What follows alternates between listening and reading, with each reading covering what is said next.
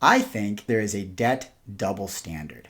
A debt double standard between how the business world looks at finance and how you as an individual are taught to feel about finance. You're not only taught to have a moral, personal obligation around debt and finance that the entity you're in business with right now, your bank, doesn't have, but you're not even supposed to think of the law as working in your favor, where they think of the law as a tool to allow them to increase their ability to profit for their business. In fact, a little later in the course, I'm going to show you specifically, historically, how banks changed the law in order to be able to charge you more interest.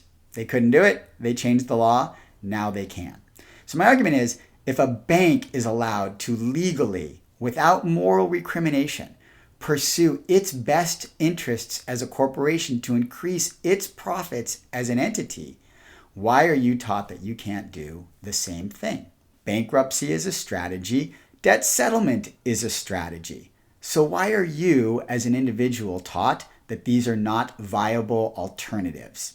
Legally, you have the right to settle a debt for less than the amount owed. I suspect banks would like to change that. I even suspect that they have likely gone to Congress and many state legislatures trying to pass laws to make it illegal. That would be in their best interest. But at the moment, as of the making of this video, you legally have the right to settle debt for less than the amount owed. The bank knows that. They have whole departments created within their organizations in order to do that. They don't want you to know about it. They make it very difficult to find out about it, but it exists. It's legal. So if they can't legally stop delinquent borrowers from pursuing debt settlement, why not have you stop yourself? Convince borrowers that they are wrong for pursuing debt settlement, that they are wrong for taking refuge in the laws that protect them. If they can convince borrowers that they are wrong for pursuing debt settlement, the percentage of borrowers who will pursue it will decrease, and they will keep more of them making full monthly payments at interest in perpetuity. That is in the bank's best interest. And I suspect to a large extent, they're probably successful at it. If they weren't successful at it, they wouldn't do it. And it may sound like I'm building to some big anti-bank crescendo here. I'm not. I'm not one of those anti-bank ranters. I don't have a problem with the banking system in general. I appreciate the fact that there are businesses out there that want to lend money to people. That's great.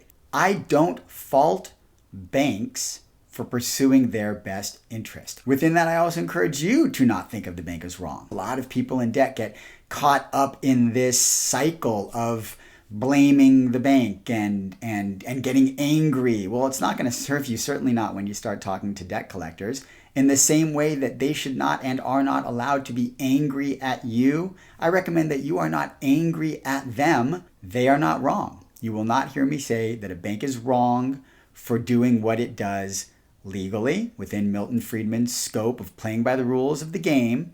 I just want you to play by the same rules of the same game. Pursue your best interests on the same level, both treating it like a business.